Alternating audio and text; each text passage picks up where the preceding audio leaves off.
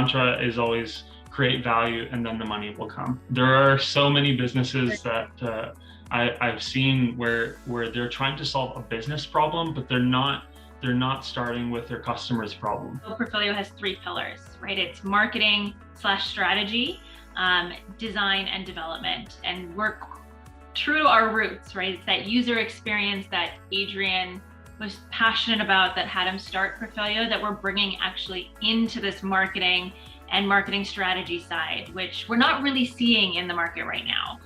There's not as much emphasis on user experience as part of the holistic package of what your company's trying to do. And that's really where we see Profilio growing and where we see ourselves as a niche, not just in Calgary, but in Canada, but that focus on experience, regardless of if it's an app or it's your social media page. When you're looking at hiring, whether it's corporate or entrepreneur, you want to see what makes that individual excited about the job itself and excited about the company. The simplest, easiest way that we do this is calling it out. I say, okay, you know what? I need to talk to Adrian, the founder right now. I need to talk to Adrian, my colleague. Or it's, I need to talk to Adrian, my husband right now. Yeah, and I'll be transparent. I mean, it's hard. It's really hard. I've made the mistake many times to give a business solution to a personal problem, which is not what anybody needs. So no, but to Azrah's point, it's just communicating and making a conscious effort to say, okay, we're context switching. I need you on a personal level versus a business level. We are going to have a rapid fire. I'm gonna fail. Just assume whatever Azrah says is right and whatever I say is wrong. No, it's gonna be the opposite. It's gonna be the opposite. We'll find out. Okay, trust me, these are the easy ones. All right. All right, okay, so let's start with the first one. In a busy day, who always asks for a coffee? Me, yeah. Who works late? Who is a night owl? Me, yeah. Adrian. Who is, I would say, media shy? Ooh. Oh, I don't know. Probably me, I think. I don't know. I don't know. I don't think so. I think we both really like it, so I don't know if either of us. We're not really that media shy. So. No. Yeah. My previous life was actually as a musician and a performer. So I spent 4 years as a musician in Toronto. So that was definitely comfortable for me. And Azrah was in entertainment. So he has been in the entertainment industry for years. I'm a public speak teacher. So it's, we're both we both like it. Who says yes for all the random coffee meetings all the time? That'll be Azrah. Yeah. Okay, here's the last one. Who always says is going to be okay, even in the worst situations? I think that's me. Yeah, I was gonna say that's Adrian. All right, high five. Yeah, no, that was pretty good. Hey everyone, welcome to another episode of the Startup Impact. I am Shivi, your host for the show. And today we have 2 very special guests with us who are not just the business partners, but also the life partners. Our first guest, Adrian Azrah, who is the founder of Profilio, which is a digital consulting and design studio. As the owner of Profilio, Adrian has served some major accounts, corporate accounts like TC and Starbucks. Also, leveraging a depth of knowledge in user experience design and engineering, Adrian has also helped design and build multiple mobile apps in the insurtech and fintech space. Our second guest, Azrah Azrah, she is the Director, Marketing and Business Development with Profilio. Before joining Profilio, she has worked in major corporate leagues like Warner Brothers, LinkedIn, and WeWork. She also has a passion of transitioning traditional businesses into a transformational digital world. So please help me in welcoming our 2 amazing guests today, Adrian and Azrah. Adrian and Azrah, thank you so much for coming on the show today. How are we today? Well, we're doing great. Thank you so much for having both of us. Yeah, thank you so much. Thank you for coming today. And I am so excited that you guys are doing this. Tell me if I have missed anything in your introduction, because I was so curious to know that you guys moved from Toronto to Calgary and then you stayed. Yeah, we originally moved to Calgary before I joined Profilio, actually, through WeWork, and when WeWork was launching in the prairies, which was a really exciting and amazing project to be part of. Right. And the Calgary environment and the technology scene here and the startup scene here, that was something we weren't as well versed in before moving here. And once we came, we really were able to get engrossed in the community and thought, you know what, this is a place for us to really put down roots and be part of, as they say, be part of the energy, right? That's what Calgary is all about. And that's what really, really drew us. But Adrian. Yeah, no, absolutely. And I did come here on a trip on my own without Azrah. Azrah was originally from Calgary, so this is her hometown. This is her backyard. But I did a trip without her to say, what's happening in the scene, in the tech scene here, what's happening in the city, and I was pretty excited by what I saw, but I didn't fully grasp the level of entrepreneurism that we're seeing now, that we've actually kind of ingrained ourselves into the scene here. Calgary is so happy and more than welcome to have you both back to Calgary. But what I want to understand is that you guys love Calgary, so you moved to Calgary. So it's a different aspect of making Calgary your home and then starting a business in Calgary. So why you eventually chose to probably start Profilio here or probably move Profilio here? Oh, that's a good question. So, the move to Calgary, there was a point of transition in Profilio as a business, and so there was actually an acquisition that occurred, where Profilio was acquired by another digital agency. We always wanted to come to Calgary long term, and had the opportunity to make the trip a lot earlier than we were expecting. But our goal was always to end up here, and I would say that my pitch to the agency that I ended up expanding out to this part of the country was, hey, Calgary is growing. It is shifting. It's moving from an older technology, kind of older tech scene to the younger, newer tech scene, with all of the benefits that come along with that kind of economic growth. And so we wanted to participate in that. And relaunching Profilio this past couple of months, we've been seeing some really great signs. So our business is growing. We've hired some new local talent, and we're really happy with their work so far. It's been a really great experience, and exactly what we were hoping for coming to the city. Oh, thank you for those updates, Azrah and Adrian, because I truly believe that Calgary is for sure growing. It is an entrepreneurial hub, and companies like Profilio is actually helping the Calgary to grow into the next future about it. So when you talked about creating the experience, I wanted to know about Profilio here. And I read about Profilio that everything is experience and experience is just everything. So let's talk about Profilio here. That what is actually the concept of Profilio? Like when you started, you shifted from there. So what is currently the concept of Profilio? Where is the company at present? And how do you see is a good fit in the environment in Calgary for the Profilio? Yeah, I'll start off on that one, and then I'll hand it off to Azrah, because she's really helping to drive the future vision for the business. So Profilio started about 5-6 years ago, as a development shop. It was myself, a solopreneur, taking on projects and doing development, primarily user experience design, front end development. So designing applications and then actually going in and coding them. It's 4:45 p.m. We started getting our robots talk to us here in this house. We like to automate everything. My lights, everything is automated. So that's a completely other story. No,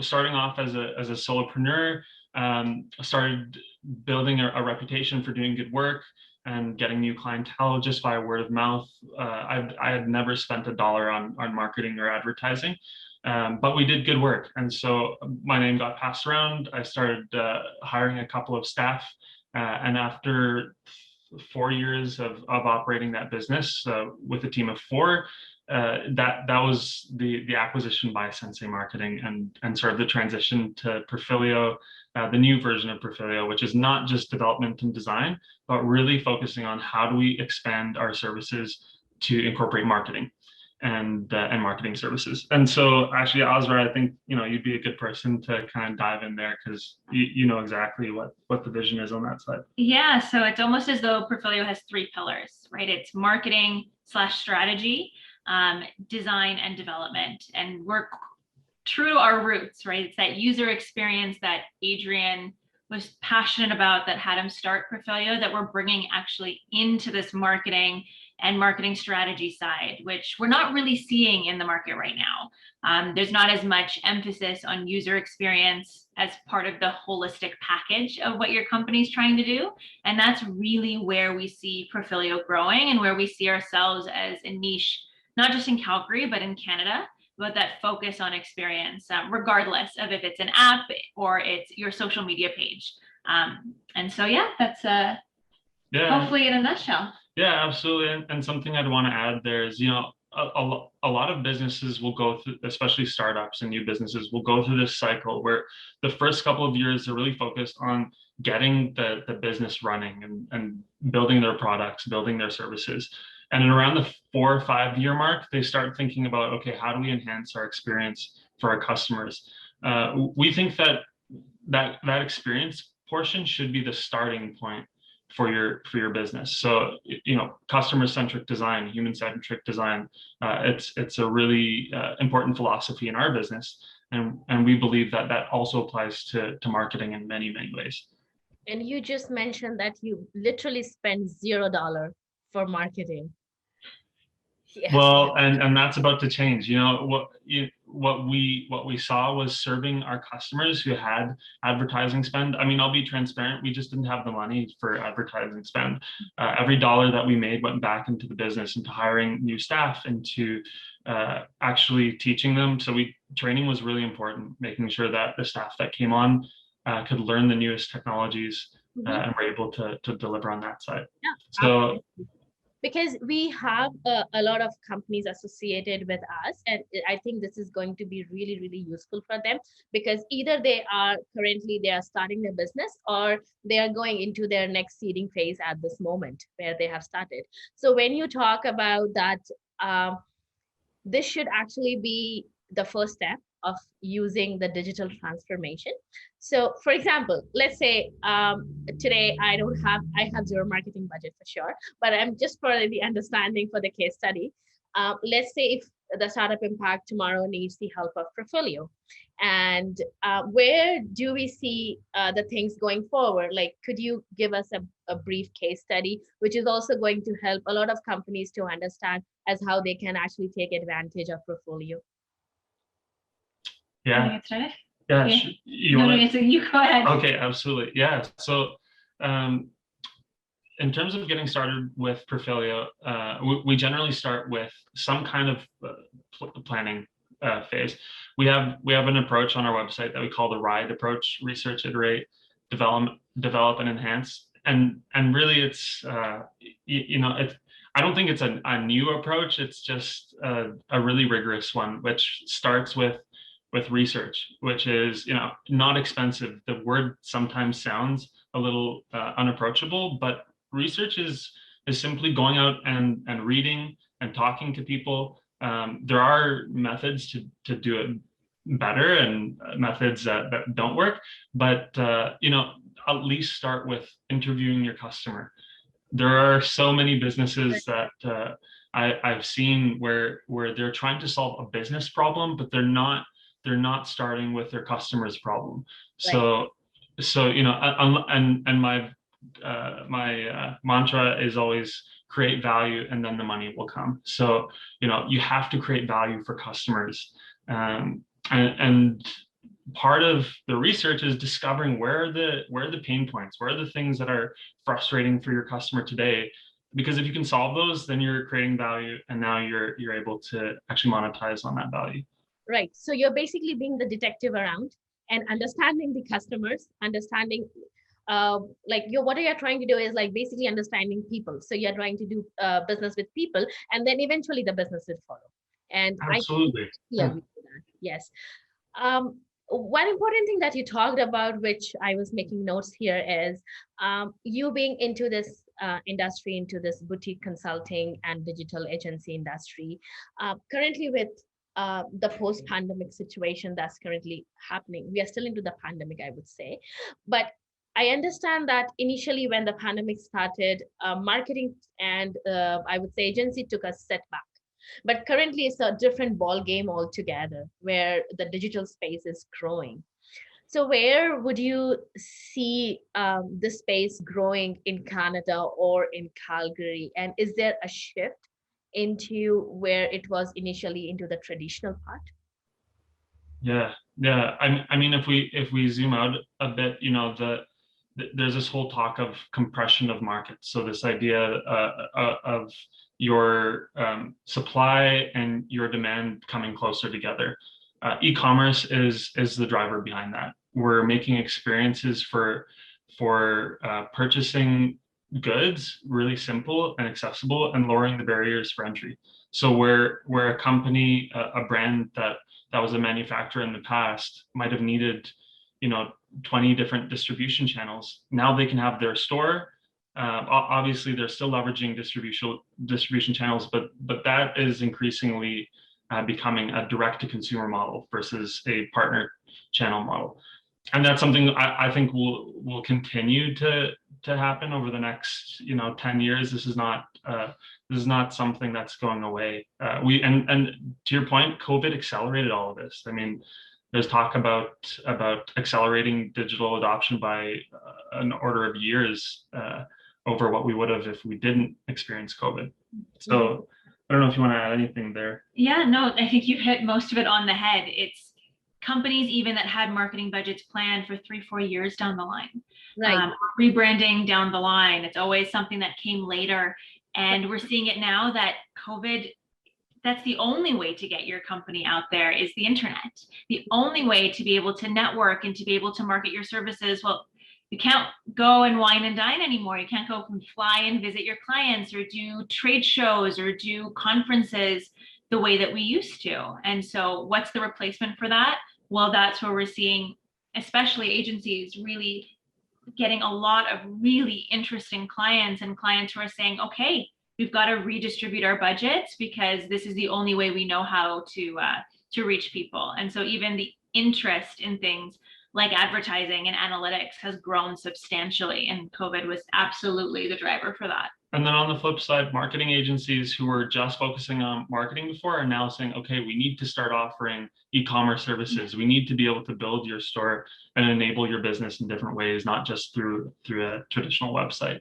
Yeah. So hybrid agencies are definitely the future. Agencies that offer the full range, not just, hey, it's just development or it's just marketing. It's marketing agencies that provide development or development agencies that provide marketing services, for sure. Yeah, exactly. Because if a company comes to you, they want a whole complete holistic picture about it, a complete 360-degree solution about it. And when you mentioned about taking advantage of the startups or the next level companies who can, leverage on the digital transformation, what do you think currently is happening in the market that you guys really want to solve about? What do you think is currently, I would say, because a lot of things people don't know about it. They are not doing intentionally wrong.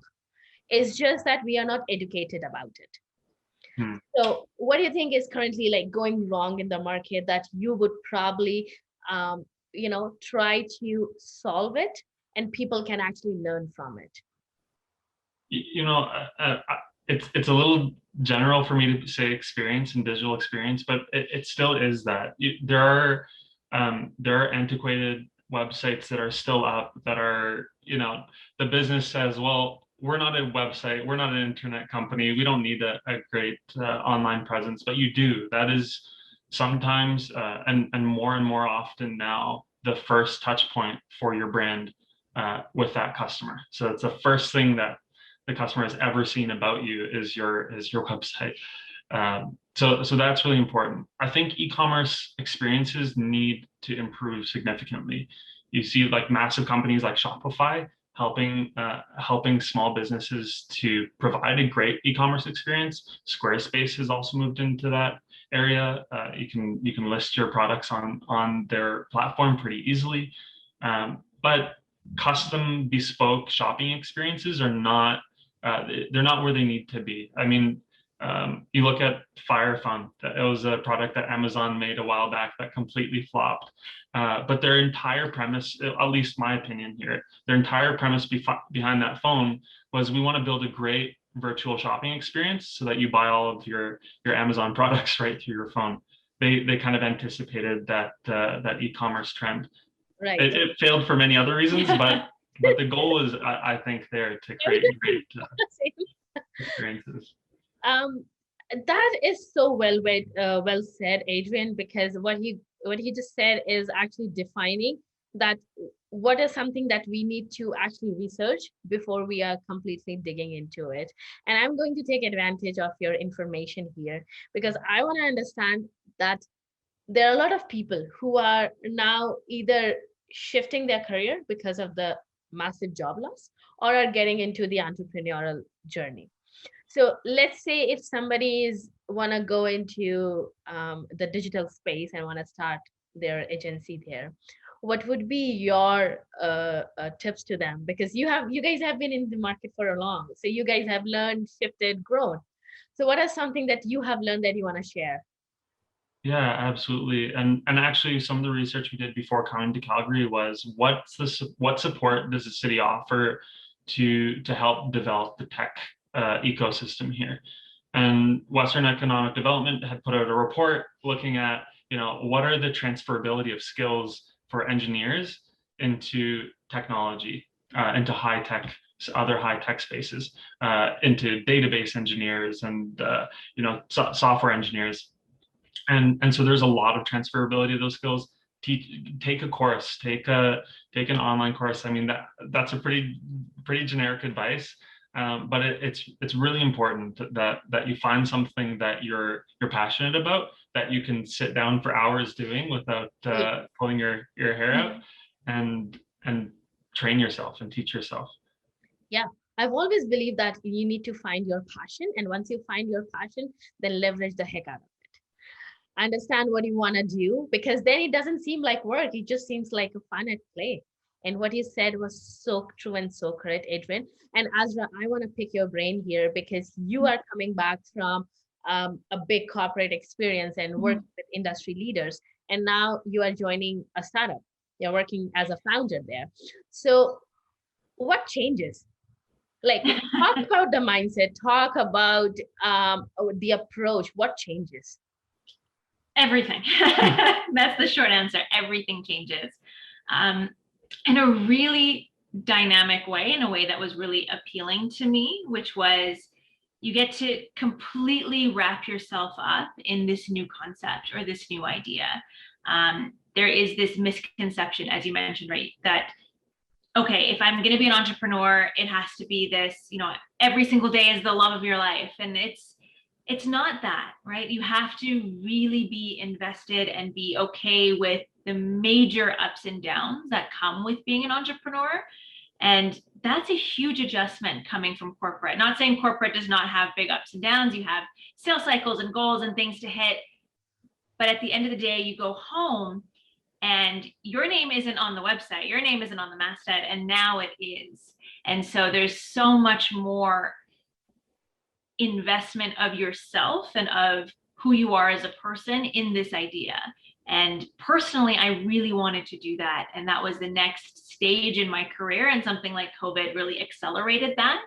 But I would say to anybody who wants to be an entrepreneur starting out and is looking at it from a very, hey, like I listened to How I Built This on NPR and things like that, you know what, it's a grind, but it's absolutely worth it. It's a very fulfilling experience. So you would say that it's a total upside down shift? And then exactly. And nothing is the same every day. Every day is not even every day, every hour, every 10-minute slot can be completely different.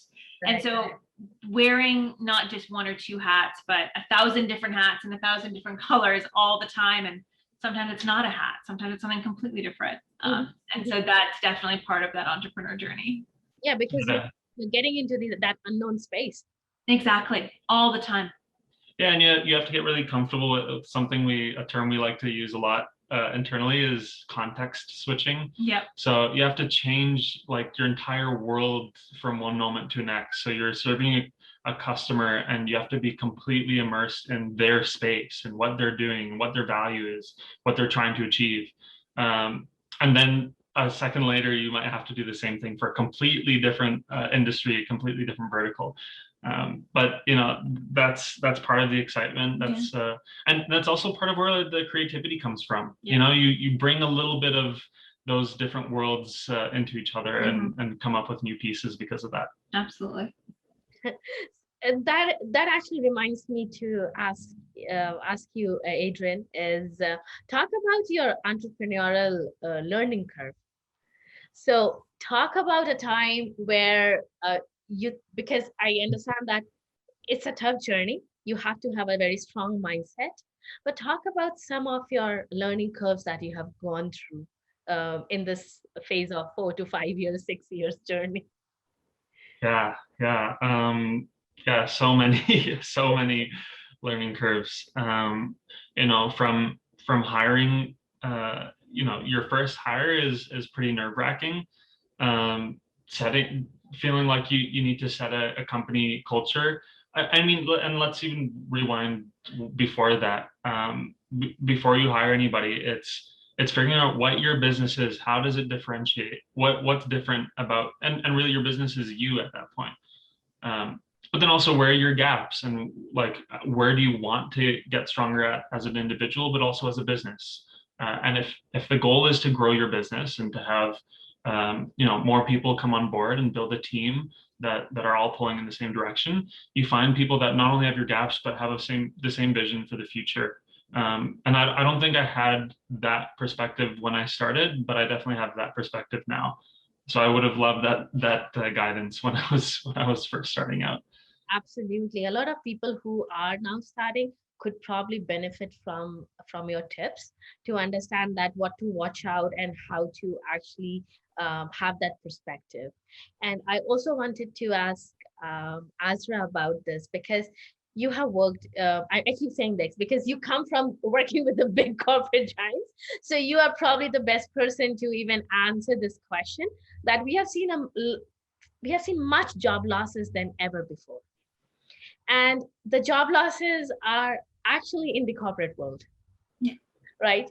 So what would you suggest to some of the people who wanted to go back to the jobs? What would you suggest as during the complete pandemic situation, how they could secure an employment? And even Adrian, for you, like you guys made the first hire, right?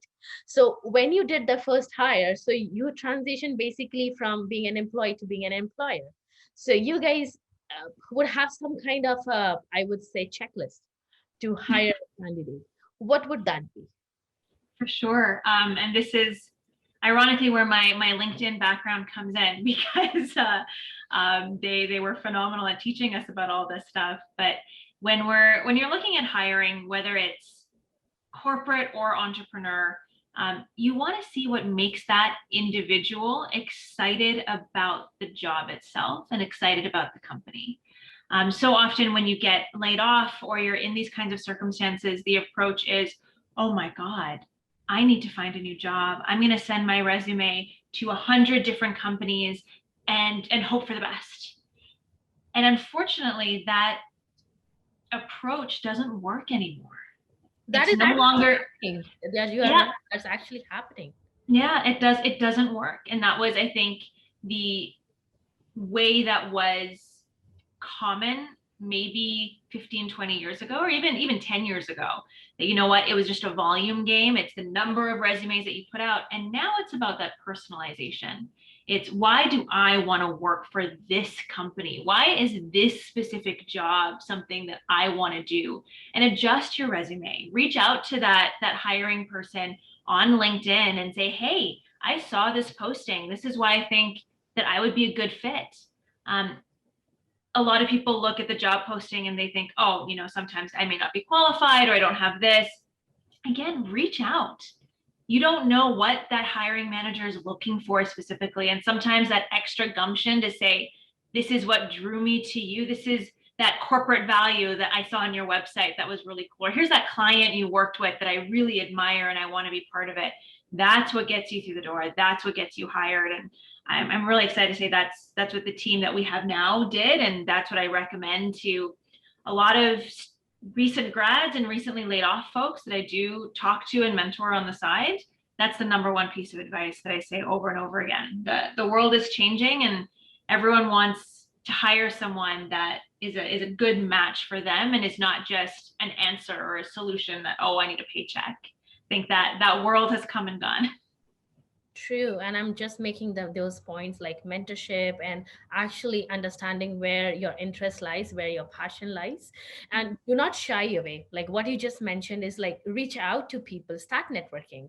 Yeah, exactly. And, we don't have the ability to go to the amazing, startup Calgary networking sessions or things like that. So networking is done by sending an email or sending a message. It's, however you can, as long as it's personal. Yeah, absolutely. I just want to emphasize what you said, Shivi, is like reach out. Like you have to talk about what you want to do, because if nobody knows what you want to do, there's no way for them to help you get there. So I really believe in the network effect and leaning on your peers and your mentors and asking them for what you want and what you're hoping to achieve. Absolutely. If they don't have an answer, always ask for them an introduction to somebody who might. Absolutely. And since you guys mentioned that you guys have grown and you guys have plans to grow, so let's say eventually by the end of this year or next year, you plan to hire more people and somebody gets really interested in applying with you guys. What would be some things that you would really love to see on those candidates? Apart from the hard skills, the tech skills that's required. Yeah, I think the passion for the business. It's when you read Profilio's culture and values, what is it about our agency that excites you? What's going to get you up in the morning? Because small businesses are hard. Startups are hard. It's not an easy world to be in.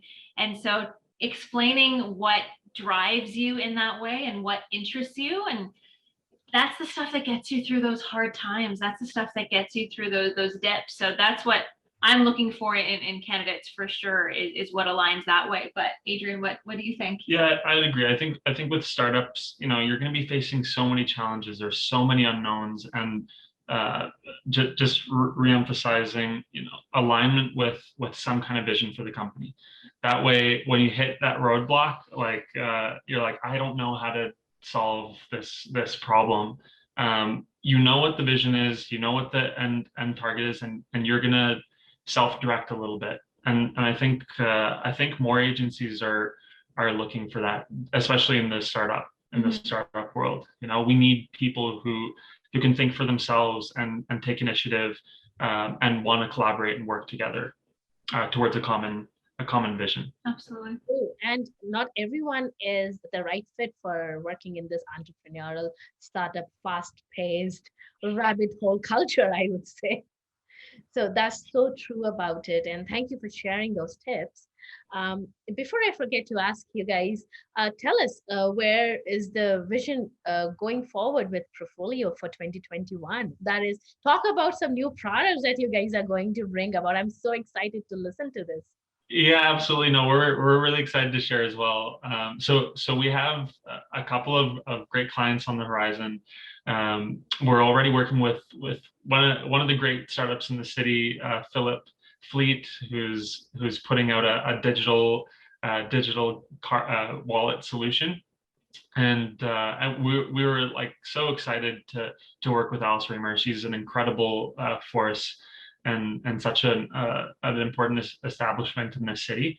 And we're also bringing one of our own products to market. It's in stealth mode right now, so we can't talk too much about it, but it's in the real estate and restaurant space. And so, definitely keep your ears and eyes open for that. And on top of that, it's serving some other customers in the city. Right now, we're a lean, mean team of 4. We're hoping to double that by next year. Yeah, by this time next year, for sure. Wow, that's a great news. I'm so looking forward to that.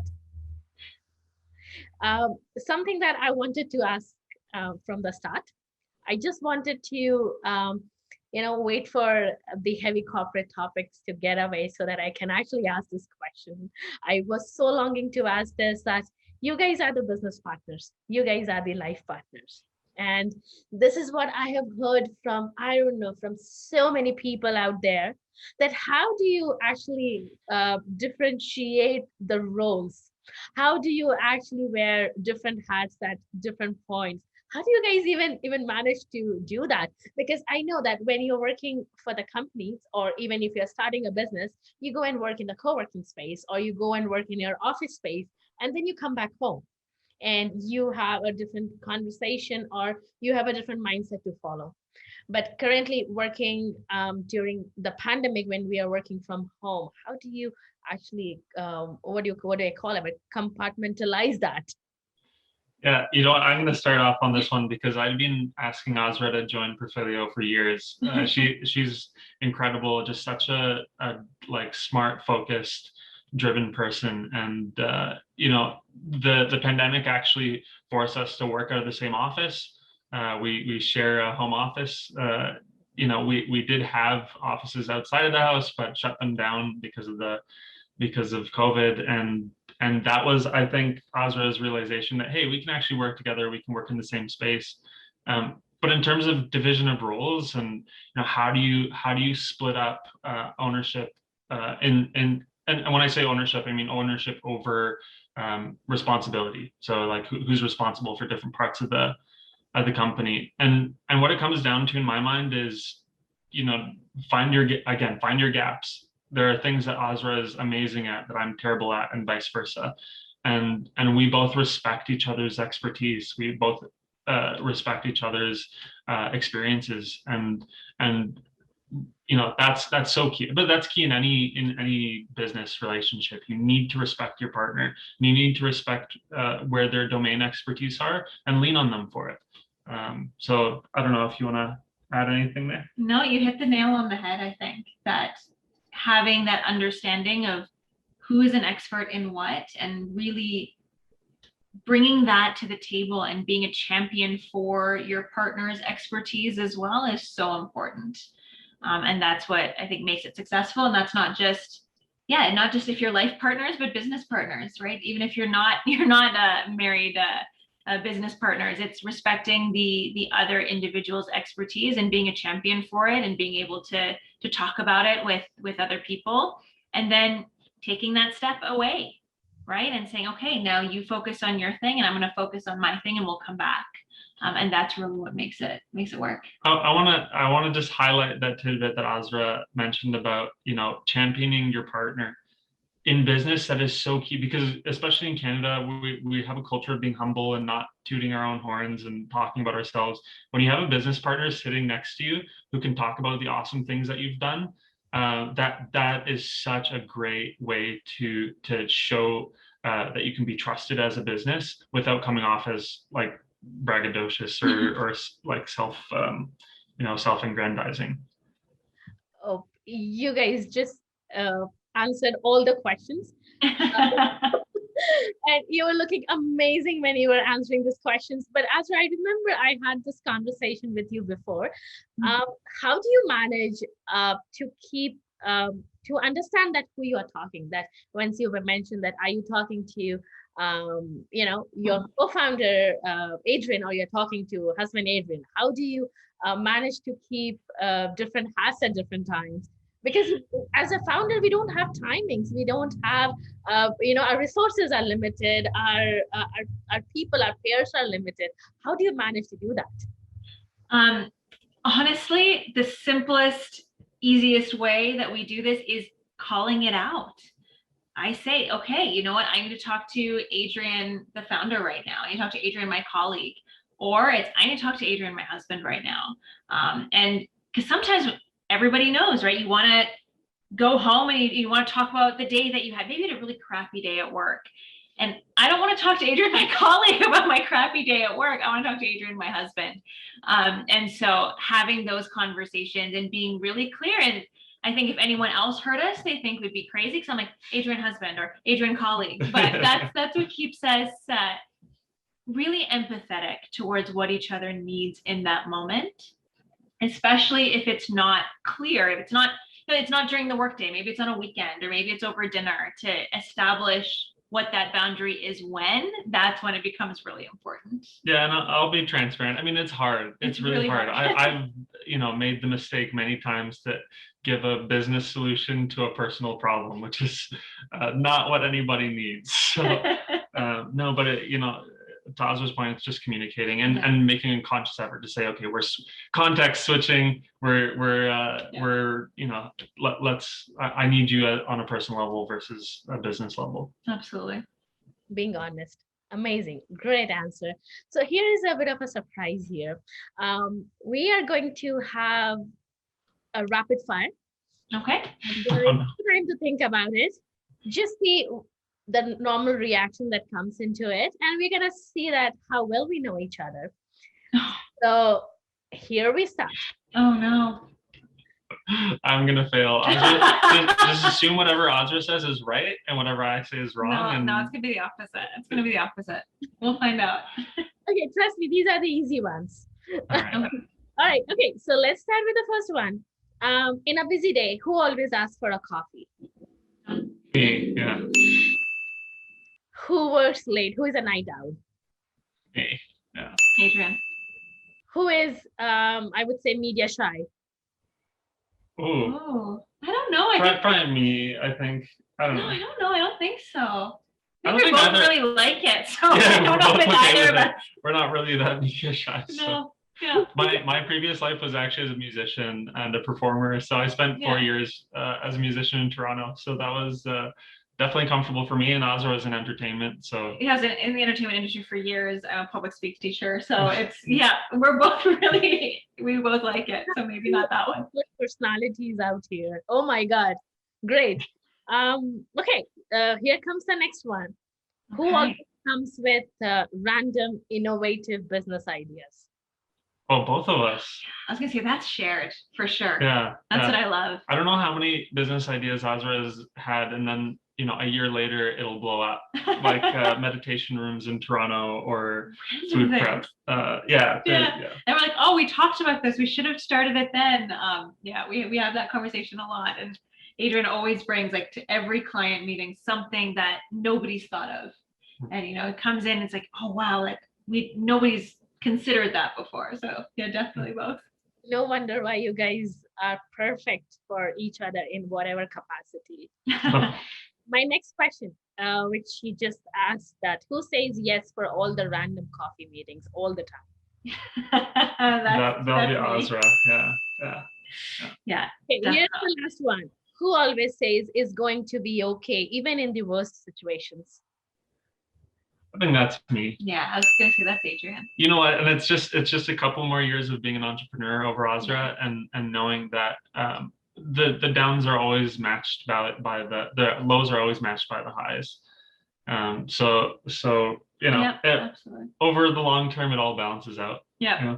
I don't have a hamper right now, but you guys actually nailed the questions. Oh. I know it was so impromptu, but you guys did amazing. So thank you for doing that. All right, high five. Yeah, no, that was pretty good. I am just going to jump to another question here, which I was longing to ask. I should have waited for the rapid fire, but I got excited when you talked about how you compartmentalize your work culture and your personal life. So I wanted to understand that when you bring a co-founder, when you brought Azrah as a co-founder, And this is something I am asking out of context from my discussion from a lot of entrepreneurs. And this is a question that they have asked from each other here. So when you bring a co-founder there, what do you see in that co-founder? Or I could ask that when you bring a co-founder into a company, what are some things that as a red flag you should watch out? Because then you're sharing, I would say, your baby with that person. Yeah. So Yeah. what are some things that you should understand? Because we really don't know who to bring and where to find them. Yeah, I mean, it's a very important relationship, and you have to spend time with it. So, I don't want to cop out here, but I really think that you'll see those flags the more you spend time with that person. Having said that, I've had a couple failed businesses, and it wasn't. I don't think it was ever because of the wrong partner versus the wrong like match with me, where my skills maybe overlap too much with theirs, and it wasn't complementary enough, if that makes sense. Um, and then maybe another just general red flag is if their main motivation is money. Yes, every business wants to make money, but if their primary motivation is money and your primary motivation is not money, then that's not going to work. So that's maybe one That's a learning. good one. Anything else that you'd? I haven't brought on a co-founder before, so this is all you, but that makes a lot of sense. Yeah, and then also, just I think it's very much like a relationship. Like you can. I truly believe that if you spend the time and you invest yourself and you communicate, you can make a relationship work. I don't know if it's always meant to be a co-founder relationship, but there. Sorry for the non-definitive answer here, but it's not a simple. Actually, answered the question. It's all about having that human connection first before we get and talk about business.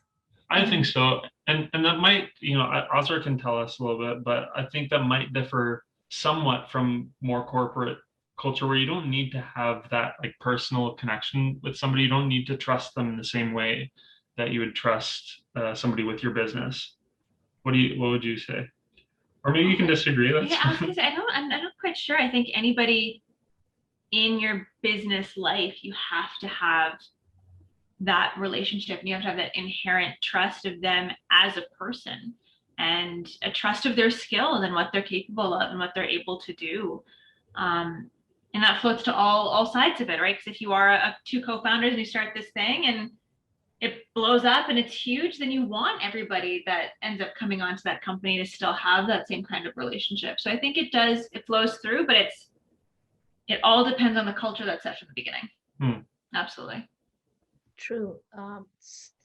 You guys are doing wonderful out here. Like amazing. You nailed the answer out there. Before we close down, I just wanted to understand that is there anything that I missed asking? Is there anything I missed questioning, or you want to share anything that I have missed out? Yeah, we're being really succinct and quick in our answers, but maybe that's another lesson for entrepreneurism is you gotta make sure that your message are short, punchy, and like packed chock full of as much information as possible, because you don't have much time to elaborate. Yeah, especially marketing entrepreneurs. You got the double-edged sword with both of that. Yeah. I loved punchy. Great. Just have fun, and that is amazing. So let's say if anybody wants to connect with you guys or want to ask for your services, how and where they can reach you. So check out our website to see what our work is. We're still updating it as our services are expanding. But they can email me. I hear that Calgary is like a phoning city our and phone a is on texting our city. website. So our phone number is on the website there. Profilio. I'm so glad that you guys had the sit down today. You don't know how much fun I had. I was just trying to control my laughter here, my learnings here. You guys were incredible. Like the the journey you have been, how you have actually come here to this point, your future ahead. Everything was just amazing. So much of learning, so much of giveaways. So thank you so much for sharing your ideas, for sharing your mindset. I had an amazing time with you guys. Well, thanks so much Likewise. for having us. So we really enjoyed it. Yeah. This was great. Anytime.